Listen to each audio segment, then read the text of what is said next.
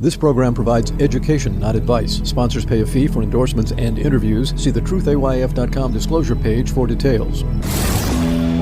This is where technology, innovation, and personal finance come together. This is the truth about your future with Rick Edelman. It's Tuesday, February 13th. My uncle is 95 years old, and my cousin, just last month, took away his car keys. Uncle Al's losing his memory. He's getting more frail. He wasn't happy about what Julie did, but luckily he kept forgetting where he put his car keys. Now he doesn't even remember that Julie has sold the car.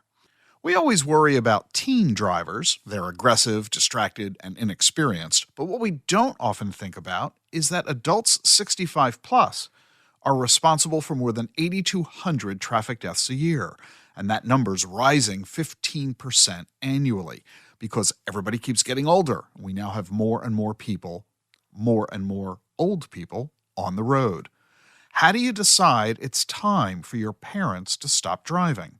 First, look at their vehicle. Are there any scrapes and dents? Look at the mirrors, too. Are they hitting mailboxes or curbs? If they're banging into walls or parked cars, they're losing their depth perception. And drivers who start getting into minor accidents are the people who eventually get into major ones. After you look at the car, look at their medicine cabinet. Lots of meds affect your ability to drive, and new meds, or new dosages, can change your habits or abilities as well. And when you're looking at your parents' prescriptions, look at their eyeglass prescription too. Our vision changes as we age, so find out the last time they saw an eye doctor. With macular degeneration, for example, they could have blind spots, literally not being able to see a car or a pedestrian.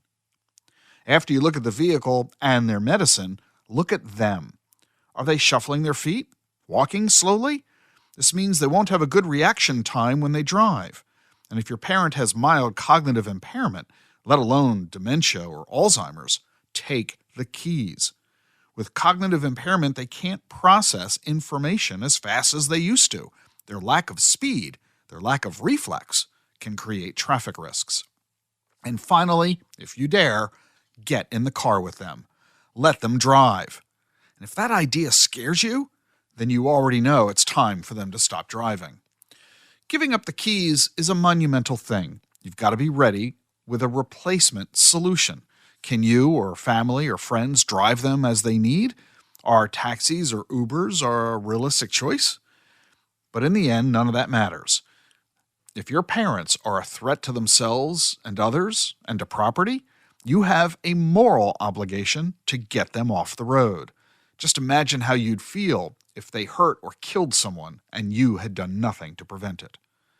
If you can't get them to voluntarily give up the keys, talk to their doctor. They can write a letter to the DMV, which will often demand that the driver come take a test, and maybe all that's needed to help them realize they cannot keep driving.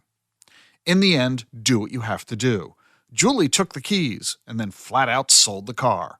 Her dad complains, but as Julie says, she'd rather have him complaining than have him dead.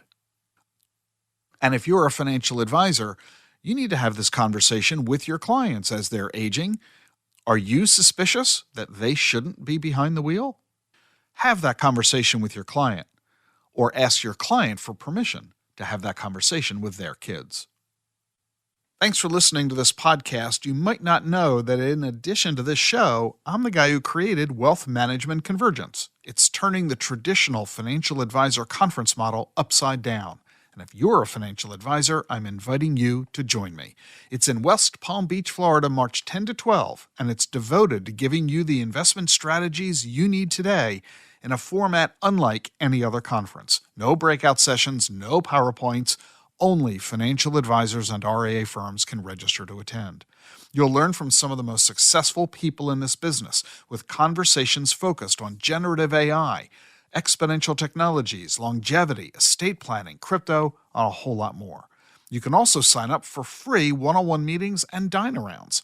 This is the conference you've been looking for to help you grow your practice. Plus, you'll get plenty of CE credits. Join me in West Palm Beach, March 10 to 12. Use the link in the show notes to register. Enter discount code WMC2024. You'll save $100.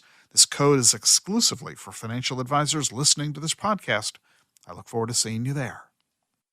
On tomorrow's podcast, it's Valentine's Day. Aren't you glad I reminded you? And we're going to take a look at love and marriage and babies. Support for Rick Edelman's podcast comes from Invesco QQQ. Meet Henry, an everyday person who enjoys reading science fiction, keeping in shape at the gym, and spending time with family. He also participates in progress by investing in a fund that supports innovative ideas. Invesco QQQ ETF allows you access to innovators of the NASDAQ 100, so you don't have to be a rocket scientist to help push progress forward. Anyone can become an agent of innovation. Learn more at Invesco.com/QQQ.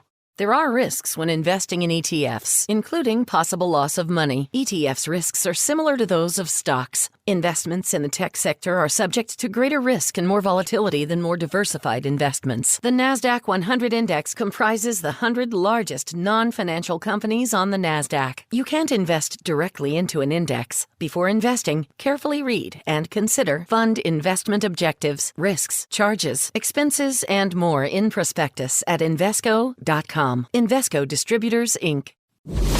A longer lifespan means a longer retirement. Be ready. This is the truth about your future with Rick Edelman.